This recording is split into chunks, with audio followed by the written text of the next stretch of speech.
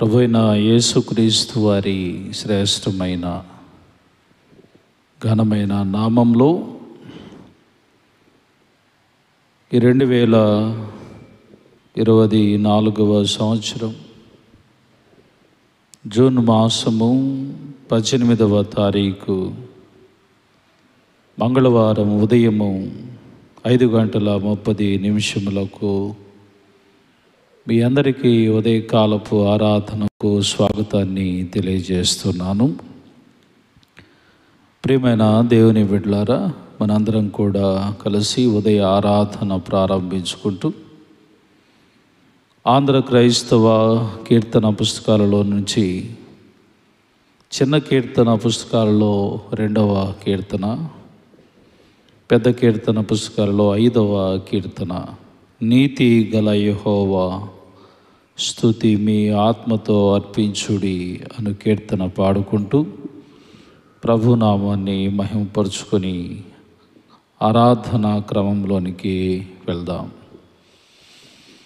నీతి గల యెహోవా స్తుతి మీ ఆత్మతో నర్పించుడి, మీ ఆత్మతో సేవించుడి. దాతాయౌ మనన్ క్రీస్తు నీతిని దాల్చుకొని సేవించుడి.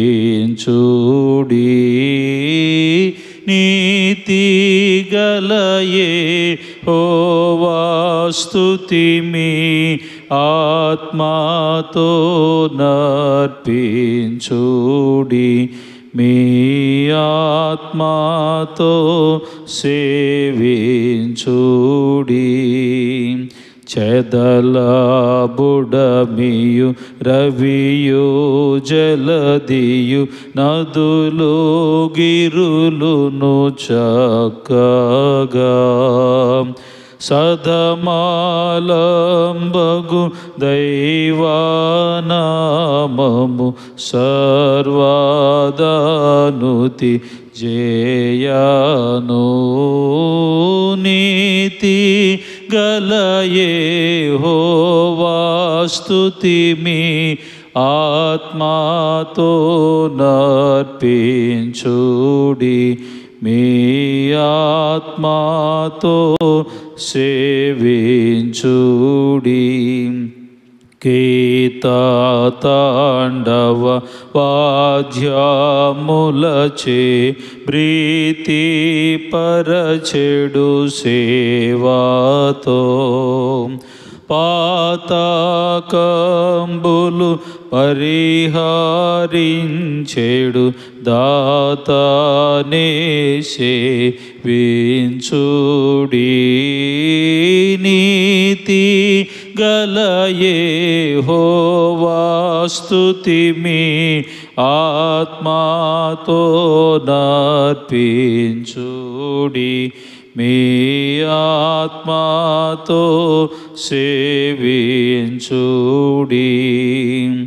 ఇలను భక్తులు గూడుకొనియా బలము గల్గిన దేవుని వెలయు స్తుతి వేనోళ్ళ తోడను విసుగు జందక జేయుడి.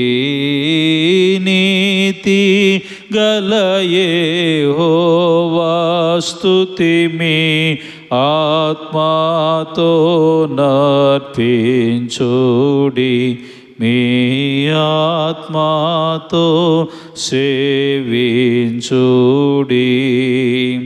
ఆత్మానీవిక మేలుకొనిషు ధాత్మాదేశుని తండ్రిని త్రిత్వమగున ఏకదేవుని హర్షమున సేవింపవే. నీతి గల యెహోవా స్తుతి మీ ఆత్మతో నర్పించుడి, మీ ఆత్మతో సేవించుడి. తండ్రి యొక్కయు కుమారుని యొక్కయు పరిశుద్ధాత్మ యొక్కయు నామమున ఆమేన్. అందరూ నాతో కలిపి చెప్పండి. ప్రభువా మమ్మను కనికరింపుము. క్రీస్తు మమ్మను కనికరింపుము.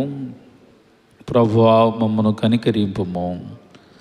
మనందరం కూడా అపోస్తుల విశ్వాస ప్రమాణమును ఒప్పుకుందాం. భూమి ఆకాశములను సృజించిన సర్వశక్తి గల తండ్రి అయిన దేవుని నమ్ముచున్నాను.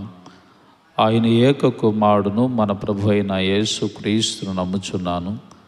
ఈయన పరిశుద్ధాత్మ వలన గర్భమున ధరింపబడి కన్య అయిన మరియకు పుట్టి పొంతి పిలాతు అధికారము క్రింద శ్రమపడి సిలువ వేయబడి చనిపోయి సమాధి చేయబడిననియు అదృశ్య లోకంలోనికి దిగిననియు చనిపోయిన వారిలో నుండి మూడవ దినమున లేచి పరలోకమునకు ఎక్కి సర్వశక్తి గల తండ్రి అయిన దేవుని కుడి చేతి వైపున కూర్చుని ఉన్నాడనియు సజీవులకును మృతులకును తీర్పు చేయుటకు అక్కడి నుండి వచ్చిన నమ్ముచున్నాను. పరిశుద్ధాత్మను నమ్ముచున్నాను. పరిశుద్ధ క్రైస్తవ సంఘమగు పరిశుద్ధుల సహవాసమును పాపక్షమాపణయు శరీర పునరుత్థానమును నిత్య జీవమును ఉన్నవని నమ్ముచున్నాను. ఆమేన్. దయచేసి కూర్చుందామండి.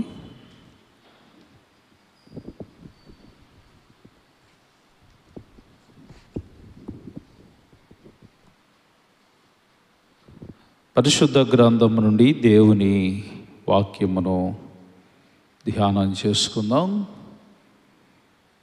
పరిశుద్ధుడైన పౌలు రోమియోలకు రాసిన పత్రిక 3వ అధ్యాయము 1 వచనము నుండి 12 వచనాల వరకు చదువుగా విందాం. అట్లయితే యూదునికి కలిగిన గొప్పతనమేమి, సున్నతి వలన ప్రయోజనమేమి? ప్రతి విషయం అందును అధికమే. మొదటిది దేవోక్తులు యూదుల వరము చేయబడెను. కొందరు అవిశ్వాసులైననేమి, వారు అవిశ్వాసులైనందున దేవుడు నమ్మదగిన వాడు కాకపోవునా? అట్లనరాదు. నీ మాటల్లో నీవు నీతిమంతుడువుగా తీర్చబడినట్లును నీవు వేద్యమాడినప్పుడు గెలిచినట్లును అని వ్రాయబడిన ప్రకారము ప్రతి మనుష్యుడును అబద్ధికుడగును గాని దేవుడు సత్యవంతుడు కాక తీరడు. మన దుర్నీతి దేవుని నీతికి ప్రసిద్ధి కలుగజేసిన ఎడల ఏమందుము? ఉగ్రతను చూపించు దేవుడు అన్యాయస్తుడగున? నేను మనుష్య రీతిగా మాట్లాడుచున్నాను, అట్లనరాదు. అట్లైన ఎడల దేవుడు లోకమును ఎట్లు తీర్పు తీర్చును? దేవునికి మహిమ కలుగునట్లును నా అసత్యము వలన దేవుని సత్యము ప్రబలని ఎడల నేనిక పాపినైనట్టు తీర్పు పొందనేలా? మేలు కలుగుటకు కీడు చేయుదుమని మేము చెప్పుచున్నామని కొందరు మమ్మను దూషించి చెప్పు ప్రకారం మేమందుకు చెప్పరాదు. అటు వారికి కలుగు శిక్షావిధి న్యాయమే. అలాగైనా ఏమందుము? మేము వారి కంటే శ్రేష్ఠులమా, తక్కువ వారమా? ఎంత మాత్రమును కాము. యూదులేమి గ్రీసు దేశస్థులేమి అందరూ పాపమునకు లోనై ఉన్నారని ఇంతకుముందు దోషారోపణ చేసి ఉన్నాను. ఇందును గూర్చి వ్రాయబడినది ఏమనగా, నీతిమంతుడు లేడు, ఒక్కడును లేడు, గ్రహించువాడెవడను లేడు, దేవుణ్ణి వెదుకువాడెవడను లేడు. అందరూ త్రోవ తప్పి ఏకముగా పనికి మాలిన వారైరి. మేలు చేయువాడు లేడు, ఒక్కడైనను లేడు. ఈ వాక్యము ఎంత పర్యంతము తండ్రికిని కుమారునికిని పరిశుద్ధాత్మకును ఆది యందు ఇప్పుడు ఎల్లప్పుడూ యుగయుగములకు మహిమ కలుగును గాక. ఆమెన్. వాక్య సందేశంలోనికి వెళ్ళుటకు పూర్వం మనందరం కూడా కలిసి చిన్న కీర్తన పుస్తకాల్లో 157వ కీర్తన, అలాగనే పెద్ద కీర్తన పుస్తకాలు ఉన్నట్లయితే 515వ కీర్తన, ఉన్నా పాటు నా వచ్చుచున్నాను నీ పాద సన్నిధికి ఓ రక్షక అను కీర్తన పాడుకుందాం. ఉన్నా పాటు నా వచ్చుచున్నాను నీ పాద సన్నిధికో రక్షక ఎన్న శక్యముగాని పాపములన్నీ మోపుగా వీపు బైబడి ఉన్ననిదే నడలేక తోట్రిలు చున్నవాడను నన్ను దయగను. ఉన్నా పాటు నా వచ్చుచున్నాను నీ పాద సన్నిధికో రక్షక కారుణ్యనిధి యేసు నా రక్షక ఈశా రీరా రక్తము చిందుట భూరిదయతో నన్ను నీదరి జేరరమ్మని పిలుచుటయుని స్కారణపు నీ ప్రేమ ఇది మరి వేరే హేతువు లేదు నాయడా. ఉన్నా పాటు నా వచ్చుచున్నాను నీ పాద సన్నిధికో రక్షక మసిబొగ్గువలే నా మానసమెల్లగప్పేదో శాసమోహముల్ మత్సలై అసితమగు ప్రతిడాగుదుడువను గసటు గడిగి పవిత్ర పరపను నసువులిడు నీ రక్తమేయని మసలకిప్పుడు సిలువని దిగని. ఉన్నా పాటు నా వచ్చుచున్నాను నీ పాద సన్నిధికో రక్షక కడుబీదవాడనంధుడను దౌర్భాగ్యుడను జడిపోయి పడి ఉన్నాను. సుడివడిన నా మదికి స్వస్థత జడిన కనులకు దృష్టి భాగ్యము బడయవలసినవన్నీ నీచే బడయుటకు నాయడయుడా ఇదే.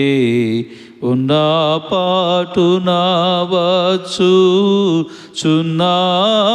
నీ పాద సన్నిధికో రక్షక దరిలేని ఆనంద కరమైన నీ ప్రేమ తరమే వర్ణన చేయను. తెరవు కడ్డంబైన ఎన్నిటి విరుగగొట్టెను గాననే నిపుడరుదుగా నీ వాడనవుటకు మరి నిజముని వాడనవుటకే. ఉన్నా పాటు నా వచ్చుచున్నాను నీ పాద సన్నిధికో రక్షక.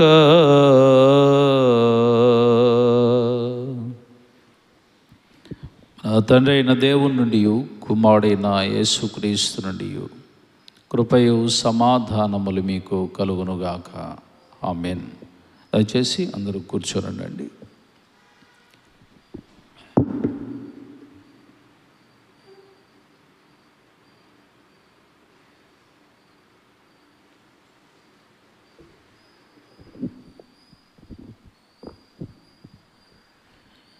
ప్రభు అయిన యేసుక్రీస్తు వారి శ్రేష్టమైన ఘనమైన అమూల్యమైన నామంలో ఈ ఉదయకాల ఆరాధనకు చేరువచ్చిన మీ అందరికీ నా శుభములు, నా హృదయపూర్వకమైన వందనాలు తెలియజేస్తున్నాను. అందరూ బాగున్నారా? దేవుని మహోన్నతమైన కృపలో ఏ రీతిగా మనము మరి యొక్క ఉదయకాలము ప్రభు వారి యొక్క పాద సన్నిధానానికి చేరువచ్చి దేవాతి దేవుణ్ణి ఆరాధించి ఘనపరిచే గొప్ప భాగ్యము, ధన్యత ఆ ప్రభు మనకి అనుగ్రహించినందులకై దేవాతి దేవునికి కోటాను కోటి వందనాలు తెలియజేసుకుంటూ ఉన్నాం. ప్రత్యేకముగా ఈ ఉదయకాలము మనము రోమీయులకు రాసిన పత్రిక 2వ అధ్యాయము కంప్లీట్ చేసుకొని 3వ అధ్యాయంలోనికి అడుగు పెడుతూ ఉన్నాం. నిన్నటి వేళ నేను మీకు తెలియచెప్పాను, తీర్పు తీర్చకుడి. ఎవరెవరిని తీర్పు తీరుస్తున్నాడు, దాని నుండి మనం ఏమి నేర్చుకోవాలి అనే ఒక విషయాన్ని నిన్నటి వేళ నేను మీకు తెలియచెప్పాను. మొదటి అధ్యాయంలో నుండి మనం వస్తూ ఉన్నప్పుడు అన్యజనుల యొక్క వైఖరి ఏ రీతిగా ఉందో, వారు ఎలాంటి శిక్షకు పాత్రులుగా ఉన్నారో ఆ విషయాలన్నిటిని గురించి మాట్లాడుకుంటూ పౌలు 2వ అధ్యాయంలోనికి అడుగుపెట్టాడు. మొదటిగా అన్యజనులుగా ఉన్నటువంటి వారు గురించి ఆయన తెలియచెప్పిన విషయం ఏమిటి? మొదటి అధ్యాయములో, రోమాపత్రిక మొదటి అధ్యాయములో 24వ వచనం నుండి ఈ రీతిగా మాట్లాడుతూ వచ్చాడు. ఈ హేతువు చేత వారు తమ హృదయముల దురాశలను అనుసరించి తమ శరీరములను పరస్పరము అవమానపరుచుకున్నట్లు దేవుడు వారిని అపవిత్రతకు అప్పగించెను. అటివారు దేవుని సత్యమును అసత్యమును మార్చి సృష్టికర్తకు ప్రతిగా సృష్టమును పూజించి సేవించిరి. యుగయుగముల వరకు ఆయన స్తోత్రార్హుడై ఉన్నాడు. ఆమేన్. అందువలన దేవుడు తన తుచ్చమైన అభిలాషకు వారిని అప్పగించెను. వారి స్త్రీలు సైతము స్వాభావికమైన ధర్మమును విడిచి స్వాభావిక విరుద్ధమైన ధర్మమును అనుసరించిరి. అటువలే పురుషులు కూడా స్త్రీ యొక్క స్వాభావికమైన ధర్మమును విడిచి పురుషులను అవాంఛనీయమైనది చేయిచు తమ తప్పిదమునకు తగిన ప్రతిఫలము పొందుచు ఒకరిని ఎడల ఒకరు కామాతాప్తులైరి. ఇక్కడ ఈ యొక్క అధ్యాయంలో చూస్తున్నప్పుడు పౌలు భక్తుడు తెలియచెప్తున్నటువంటి మాటలు ఏమిటి అని అంటే, సృష్టికర్తకు ప్రతిగా వారు సృష్టమును పూజిస్తూ కామాతాప్తులై సృష్టికి విరుద్ధమైనటువంటి శరీర కార్యములనేటువంటి వాటిని చేస్తూ దేవుని ఉగ్రతకు పాత్రులైపోయారు అనేటువంటి విషయాన్ని తెలియచెప్పుకుంటూ వచ్చాడు. ఆ విషయాలు ఎప్పుడైతే తెలియచెప్పాడో 2వ అధ్యాయములో ఆ విషయములు తెలియచెప్పిన తర్వాత యూదులుగా ఉన్నటువంటి వారికి ఎక్కడ లేనటువంటి ఆనందం కలిగిపోయి వీళ్ళు ఏం చేస్తూ ఉన్నారు అని అంటే ఆ అన్యజనులుగా ఉన్నటువంటి వారందరికీ వేలెత్తి చూపుతూ వాళ్ళు తప్పుడు వాళ్ళు, మేము మాత్రం కాదు అని అనుకుంటూ ప్రారంభించారు. ఎవరో యూదులుగా ఉన్నటువంటి వారు, వాళ్ళే తప్పుడు వాళ్ళు, మేమెంత పవిత్రులమో, మా అంత పరిశుద్ధులు ఇంకెవరు లేరు, మా అంత నీతిమంతులు ఇంకెవరు లేరు. మనం కూడా అదేగా. నీ గురించి నువ్వు చెప్పమంటే ఏమని చెబుతావు? అసలు ఎంత పరిశుద్ధుడినో, నేను ఎంత పవిత్రుడినో అని చెప్పుకుంటావు. తప్పుడోడు అని అంటే మాత్రం అసలు ఒప్పుకోవు కదా. ఎక్కడ లేనటువంటి కోపము, ఆవేశము మనకు వచ్చేస్తూ ఉంటుంది. ఇప్పుడు వాళ్ళు కూడా అదే ఆలోచనలతోటి ఉంటే అక్కడ 2వ అధ్యాయంలో ఆయన ప్రారంభించాడు. ఏమని ప్రారంభించాడు అని అంటే, తీర్పు తీర్చు మనుష్యుడా, నీవెవడవైనను సరే నిరుత్తరుడవై ఉన్నావు. వాళ్ళు సృష్టికర్తకు ప్రతిగా సృష్టిని పూజిస్తూ ఉన్నారని వారి గురించి చెప్పినప్పుడు, వ్యర్థమైనటువంటి విధానాల్లో వారు బ్రతుకుతూ ఉన్నారని, కామాతాప్తులై జీవిస్తూ ఉన్నారని వారి గురించి తెలియచెప్పినప్పుడు, మీరేదో చాలా పవిత్రులుగా అనుకుంటూ ఉన్నారు. యూదులుగా ఉన్న మీరు వాళ్ళకు తీర్పు తీర్చడానికి మీకేమాత్రం అర్హత లేదు. మీరు వారిని మరి తీర్పు అనేటువంటిది తీర్చేటువంటి రైట్ అనేటువంటిది మీకు లేదు. వాళ్ళు ఎందుకు తీర్పు తీరుస్తున్నారు? యూదులుగా ఉన్నటువంటి వారు. కారణం ఏమిటి అనంటే, మేము యూదులము, దేవాతి దేవుని యొక్క స్వాస్థ్యము మేము ఆయన యొక్క బిడ్డలము, ఆయన మరి మా అబ్రహాము మా తండ్రి, ఒకవేళ మేము ధర్మశాస్త్రము మాది, మేము వీటన్నిటిని చేస్తూ ఉన్నాము అనేటువంటి ఒక ఉద్దేశము చొప్పున వీళ్ళు ఏం చేస్తున్నారు అని అంటే, వారికి తీర్పు అనేటువంటిది తీరుస్తూ ఉన్నారు. అందుచేత ఇప్పుడు ఆ విషయాన్ని తీర్పు తీర్చవద్దనేటువంటి విషయాన్ని తెలియచెప్పి 3వ అధ్యాయంలోనికి వచ్చేసరికి ఆయన ఇక మాట్లాడుతూ ఉన్నాడు. ఏమని మాట్లాడుతూ ఉన్నాడు అని అంటే, అలాగైన ఏ మందుము 9వ వచనం మీద దృష్టి పెడదాం. అలాగైన ఏ మందుము, మేము వారి కంటే శ్రేష్ఠులమా, తక్కువ వారమా, ఎంత మాత్రము కాము. యూదులేమి గ్రీసు దేశస్థులేమి అందరూ పాపమునకు లోనై ఉన్నారని ఇంతకు ముందు దోషారోపణ చేసి ఉన్నాను అని అంటున్నాడు. విన్నారా? జాగ్రత్తగా వింటున్నారా? ఇదిగో ఇప్పుడు నేనేమి తెలియచెప్తున్నా, నేను ఇంతకు ముందే ఒక విషయమై దోషారోపణ చేశాను మీ మీద. ఆరోపణ అనేటువంటిది మీ మీద చేశాను. ఆ ఆరోపణ ఏమిటనంటే దోషారోపణ. యూదులేమి గ్రీసు దేశస్థులేమి, యూదులుగా ఉన్న మేము గొప్పవాళ్ళమని మీరు అనుకోవటానికి వీలు లేదు. గ్రీసు దేశస్థులుగా వాళ్ళు సృష్టికర్తను మరిచి సృష్టిని పూజించేటువంటి వారుగా, అన్యులుగా ఉన్నటువంటి వారు ఎవరైనా కానీ విగ్రహాలను పెట్టుకొని చెట్లను, గుట్టలను, పుట్టలను పూజిస్తూ ఉన్న ఏ వ్యక్తులైనా సరే కానీ వారిని కూడా తప్పుడోళ్ళని మాట్లాడటానికి వీలు లేదు.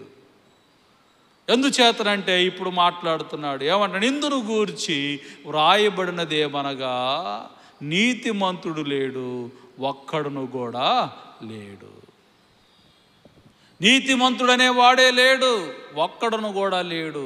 చాలా జాగ్రత్తగా ఇప్పుడు ఆలోచన చేయాలి. 10వ వచనంలో అంటున్నాడు, ఇందును గూర్చి వ్రాయబడినదేమనగా, నీతిమంతుడు లేడు, ఒక్కడును కూడా లేడు, గ్రహించువాడెవడను లేడు, దేవుణ్ణి వెదుకువాడెవడను కూడా లేడు.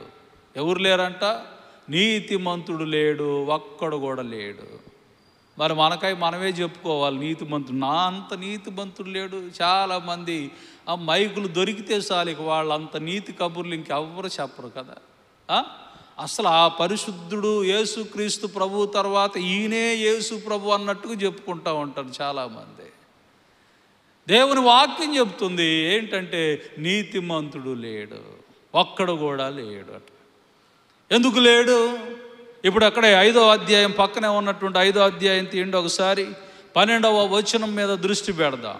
ఏది? రోమియోలకు రాసినటువంటి పత్రిక 5వ అధ్యాయం 12వ వచనం అంటే, ఇట్లుండగా ఒక మనుష్యుని ద్వారా పాపము ద్వారా మరణమును లోకములో ఎలాగు ప్రవేశించెనో అలాగుననే మనుష్యులందరూ పాపము చేసినందున మరణము అందరికీ సంప్రాప్తమాయెను. దేవుడు సృష్టిలో ఆదాము అవ్వలను సృష్టించినప్పుడు మొట్టమొదటిగా మనం ఆలోచన చేస్తున్నప్పుడు దేవుడట మానవునికి తన స్వరూపమందు తన పోలిక చొప్పున నరుణ్ణి చేశాడట. జాగ్రత్తగా వినాలి. దేవుడు తన స్వరూపమందు తన పోలిక చొప్పున నరుణ్ణి చేశాడు. స్వరూపము అంటే అర్థం ఏమిటి? ఈ రూపం అనుకుంటున్నారా? వాస్తవానికి దేవునికి రూపం అనేటువంటిది ఉన్నదా? దేవునికి ఉన్నటువంటి రూపం ఏమిటి? యోహాను సువార్తలో మనం చూస్తున్నప్పుడు దేవుడు ఆత్మ గనుక ఆయన ఆరాధించువారు ఆత్మతోనూ సత్యముతోనూ ఆరాధించాలి అని అంటాడు. దేవుడు ఎవరంట? ఆత్మ. జాగ్రత్తగా వినాలి. ఆయన ఒక స్పిరిట్ అనేటువంటి విషయాన్ని మనం తెలుసుకోవాలి. ఇప్పుడు దేవునికి ఉన్న రూపం ఏమిటి? మనుషుడికి ఇచ్చినటువంటి రూపం ఏంటంటే మనమేమనుకుంటామంటే ఈ కళ్ళు, ఈ చెవులు, ఈ ముక్కు, ఈ జుట్టు ఇవి అనుకుంటా ఉంటాం. చాలా తప్పు. దేవుడిచ్చిన రూపము ఆయనలో ఉన్న గుణగణాలతో మనుష్యుని చేశాడు. పాపము లేనివాడుగా చేశాడు, పరిశుద్ధుడుగా చేశాడు, నీతిమంతుడుగా చేశాడు, దుర్మార్గము లేనటువంటి వాడుగా చేశాడు, అసూయలు లేనివాడుగా చేశాడు, కక్షలు కార్పణ్యాలు లేనటువంటి వాడుగా చేశాడు. దేవదూతల కంటే కొద్దిగా తక్కువ వానిగా చేశాడు దేవుణ్ణి. అంటే ఆయనలో ఉన్న పవిత్రత ఏదైతే ఉందో ఆ పవిత్రత మొట్టమొదటి మనుష్యుడికి దయచేశాడు. ఆయనలో ఉన్న పరిశుద్ధత ఏదైతే ఉన్నదో ఆ పరిశుద్ధత మనుష్యుడికి ఇచ్చాడు. ఆయనలో ఉన్న నీతి ఏదైతే ఉన్నదో ఆ నీతి మనుష్యునికి ఇచ్చాడు. అందుకనే వారికి తెలియచెప్పిన మాట ఏమిటంటే మీరు ఈ పండు తిను దినమున మీరు నిశ్చయముగా చచ్చెదరు. ఏమన్నాడు? ఈ పండు తిను దినమున మీరు నిశ్చయముగా చచ్చెదరు. ఆజ్ఞ అతిక్రమమే పాపము.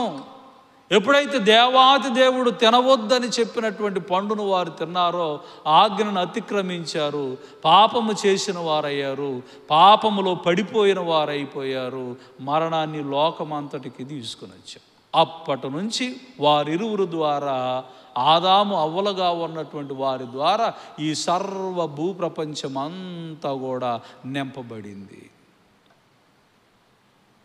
ఇప్పుడు చెప్పండి, ఏ కులం మీది, ఏ మతం మీది, ఎవరి ద్వారా పుట్టాం? మన అందరమే. ఏడు కూర్చొనేవరే మాది ఆ కులమురా, మాది ఈ కులమురా అని కేకలు వేసుకుంటూ కొట్టుకు సస్తున్నారు. వాస్తవానికి మన ఆరిజిన్ ఎక్కడి నుంచి వచ్చింది? మన ఆది తండ్రి ఎవరు? ఆదాము దగ్గర నుండే వచ్చినప్పుడు ఆదాములో ఉన్న రక్తం ఏదైతే ఉందో అదేగా మన ఒంట్లో కూడా ప్రవహించేది. ఆయనలో ఉన్న స్వభావాలేగా మన దగ్గర కూడా వచ్చేది. ఇప్పుడు ఆయన దగ్గర ఏ స్వభావం ఉన్నది?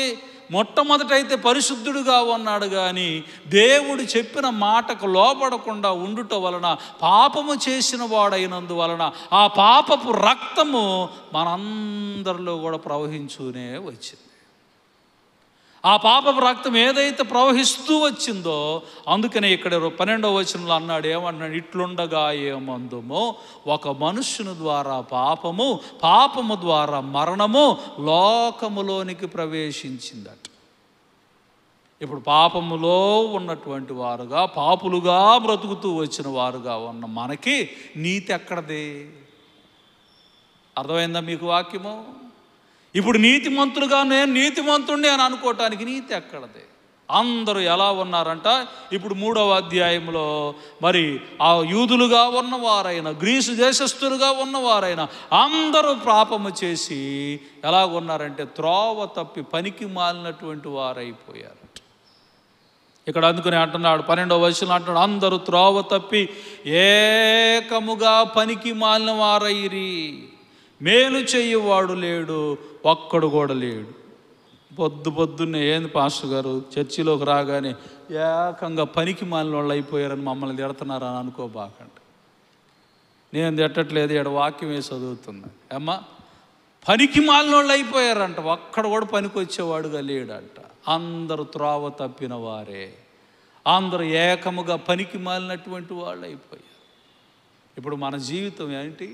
ఎంత దౌర్భాగ్యకరంగా ఉంటే, ఓ యూదుడా మాకు ధర్మశాస్త్రం ఉంది, మేము సున్నతి పొందుతున్నాము, అబ్రహాము మా తండ్రి అనేసి మీరు మాట్లాడుకుంటూ చెప్తున్నారే, మీ కండిషన్ ఇదయ్యా, గుర్తుపెట్టుకో. గ్రీసు దేశస్థుల కండిషన్ కూడా ఇదే, గుర్తుపెట్టుకో. వాళ్ళు ఎంత అవివేకులుగా ఉన్నారు గుర్తుపెట్టుకో.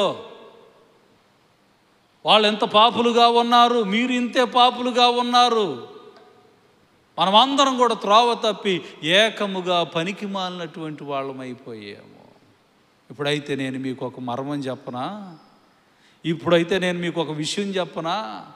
ఒక అద్భుతమైనటువంటి కార్యం అనేటువంటిది నేను మీకు చెప్పనా? మీరు ఏదైతే నీతిమంతులు అని మీరు అనుకుంటున్నారో, పరిశుద్ధులు అని అనుకుంటున్నారో, అది మీకు ఎలా వచ్చిద్దో చెప్పనా అని ఇప్పుడు ఆయన ఇక్కడ 22వ వచనం నుండి మాట్లాడుతూ ఈ 3వ అధ్యాయంలో వివరిస్తున్నాడు. ఏమిటంట? అది యేసుక్రీస్తునందలి విశ్వాసము మూలమైనదై నమ్మువారందరికీ కలుగు దేవుని నీతి అయి ఉన్నది. ఏ భేదము లేదు, అందరూ పాపము చేసి దేవుడు అనుగ్రహించు మహిమను పొందలేకపోవచ్చున్నారు. కాబట్టి నమ్మువారు ఆయన కృప చేతని క్రీస్తు యేసు నందలి విమోచనము ద్వారా ఉచితముగా నీతిమంతులని తీర్చబడుచున్నారు. పూర్వము చేయబడిన పాపములను దేవుడు తన ఓరిమి వలన ఉపేక్షించినందున ఆయన తన నీతిని కనపరచవలెనని క్రీస్తు యేసు రక్తమునందలి విశ్వాసము ద్వారా ఆయనను కరుణాధారముగా బయలుపరిచెను. జాగ్రత్తగా వింటున్నారు. ఇప్పుడు మీకు ఒకే ఒక విషయం చెబుతా, యూదులారా, గుర్తుపెట్టుకోండి. ఎదుటివాళ్ళు తప్పుడోళ్ళని, మేము పవిత్రులమని మీరు అనుకోవద్దు. ఏ భేదము లేదు, అందరూ పాపము చేసి దేవుడు అనుగ్రహించు మహిమను పొందలేకపోతున్నారు. అయితే నేను మీకు ఒక విషయం చెబుతున్నా. ఏమిటనంటే, మీరు యేసయ్యను నమ్మితే చాలు. నమ్మువారు ఆయన కృపచేతనే ఉచితముగా నీతిమంతులుగా తీర్చబడతారు. నువ్వు నమ్మితే చాలు. యేసయ్య నా కొరకు ప్రాణము పెట్టాడు. ఇదిగో నేను ఇంతవరకు చేసినటువంటి పూర్వకాలము నుండి చేసినటువంటివి 25వ వచనం, పూర్వము చేయబడిన పాపములను దేవుడు తన ఓరిమి వలన ఉపేక్షించినందువలన, దేవుడు అంట తన ఓరిమి అనగా ఓర్చుకొని ఉపేక్షించాడంట నువ్వు పూర్వం చేసిన పాపాలన్నిటినీ. అవి చేసి ఏం చేశాడంట? అవన్నీ కూడా యేసుక్రీస్తు ప్రభువు వారి మీద వేసి ఆయన నీ కొరకు ప్రాణం పెట్టేటట్లుగా చేసి, ఆయన యొక్క ప్రశస్తమైన రక్తము నీ కొరకు చిందేటట్లుగా చేసి, ఆ రక్తము ద్వారా నీ సమస్త పాపములను కడిగి వేశాడనే విషయాన్ని నువ్వు నమ్మితే నువ్వు నీతిమంతుడుగా మార్చబడతావు. ఈరోజు నువ్వు అదే చెయ్యి, అంతే. నువ్వు ఏదో గొప్ప గొప్ప గొప్ప యాగాలు చేయి, పుణ్యకార్యాలు చేయి, బలులు అర్పించు, లేకపోతే వేలకు లక్షల డబ్బులు హుండీలో పడేయి, అవన్నీ చేస్తే నీకు నీతి వచ్చిద్ది అని అంటే ఏది కూడా అది పనికిరాదు. ఒకటే క్రీస్తు కృప, అలాగనే ఆయన ఉచితమైన ప్రేమ. ఆ ప్రేమను బట్టి ఆయన నీ కొరకు చేసిన త్యాగమును నువ్వు నమ్మి విశ్వసిస్తే, ఇదిగో యేసయ్య సిలువను చూసినప్పుడల్లా నా కొరకే కదా. అందుకనే ఇందాక నేను పాడుకున్నటువంటి పాట ఏమిటనంటే, ఉన్నా పాటు నవచ్చు చున్నాను నీ పాద సన్నిధికి ఓ రక్షక. ఎందుకు పాడానుకున్నా? మనం ఉన్న పాటునే యేసయ్య పాదాల సన్నిధికి చేరాలి. ఎందుకంటే మన హృదయం ఎలాగున్నదంటే, మసిబొగ్గు వలె నా మానసమెల్లగలిగి గప్పే దోష సమూహములు మచ్చలై అసితమగు ప్రతి దాగుడురువను గసటు గడిగి పవిత్ర పరపు నసువులేడు నీ రక్తమే అని మసలకిప్పుడు సిలువనిదే కానీ. అయ్యా, నా డాగులన్నిటిని కూడా దొడవాలంటే నీ రక్తమే. అందుకని నేను ఉన్నపాటు నీ పాదాల చెంతకు నేను వచ్చుచున్నాను అయ్యా. అందుకని నీ సిలువను నేను అంటున్నాను ప్రభువా. ఈరోజు నువ్వు చేయాల్సిన పని ఏంటంటే, నీకై నువ్వు నీతిమంతుడిని, గొప్పవాడిని, పరిశుద్ధుడిని, పవిత్రుడిని, అసలు నా అంత మహోన్నతమైన వ్యక్తి లేడు అని అనుకోవద్దు. ప్రతి దినము యేసయ్య పాదాల చెంత నువ్వు పశ్చాత్తాపపడాలి. ప్రతి దినము రిపెంటెన్స్ అనేటువంటిది ఒక్కసారి జరిగే యాక్షన్ కానే కాదు, ఒక్కసారితో అయిపోయేది కాదు. ప్రతి దినము మారు మనసు నీకు అవసరమే. దినదినము చనిపోవుచున్నాను, యేసుక్రీస్తులో బ్రతుకుచున్నాను. కాబట్టి యేసయ్య పాదాల చెంతకు వచ్చి, ప్రభువా నన్ను క్షమించు నాయన, నువ్వు అడిగినప్పుడల్లా ఆయన పరిశుద్ధమైనటువంటి నీతి నీ కొరకు బయలుపరచబడిద్దనే విషయాన్ని గుర్తుపెట్టుకొని ఈ రోజున ఆ నీతిని పొందుకోవటానికి దేవుని పైన విశ్వాసం ఉంచి ఆయన మీద నమ్మిక ఉంచినట్లయితే ఆ ప్రభువు నీ పట్ల గొప్ప కార్యాలు చేస్తాడని ప్రభునాను తెలియజేస్తూ ఈ మాటలను నేను ముగిస్తూ ఉన్నాను. దేవుడి వాక్యమును మన యొక్క వినికిడిలో దీవించును గాక. ఆమేన్. సమస్త జ్ఞానమునకు మించిన దేవుని యొక్క సమాధానం మీ హృదయములకును మీ తలంపులకును కావలి ఉండును గాక. ఆమేన్. ప్రార్థించుకుందాం. మమ్మల్ని మిక్కిలిగా ప్రేమించిన మా ప్రియ పరలోకపు తండ్రి, మహోన్నతుడు అయిన దేవ, నీ పరిశుద్ధ పాదములకు వెళ్ళలేని వందనాలు, స్తోత్రాలు నాయనా.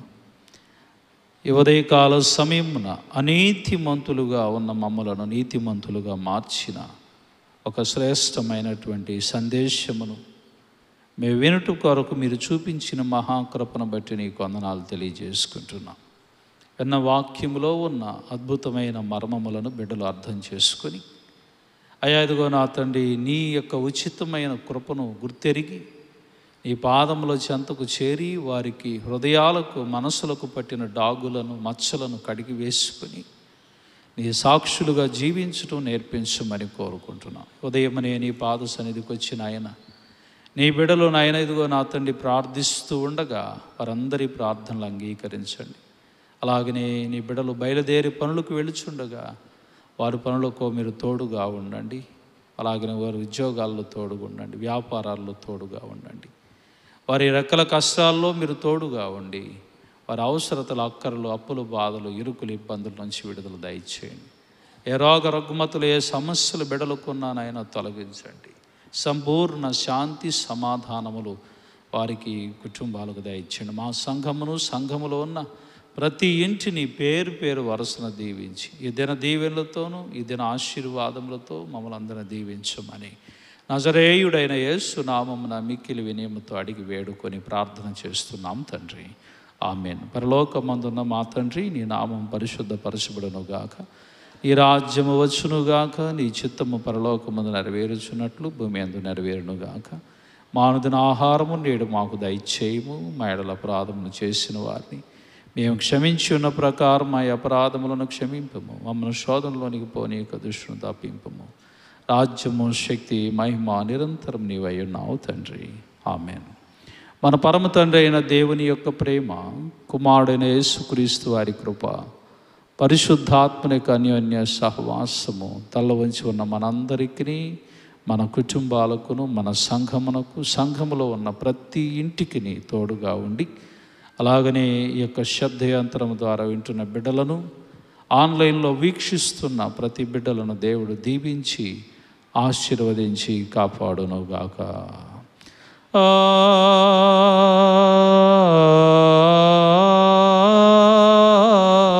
ఆమేన్.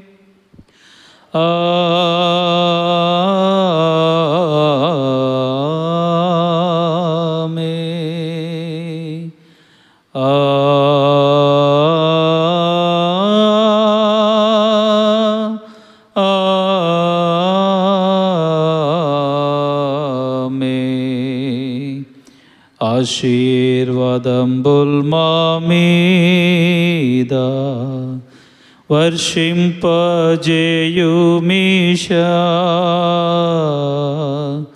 ఆశతో నమ్మియున్నాము నీ సత్యవాగ్దత్తము. ఈ మహిమీద కృమ్మారించుమో దేవా, క్రమ్మార ప్రేమ వర్షంబు కృమ్మారించుమో దేవా.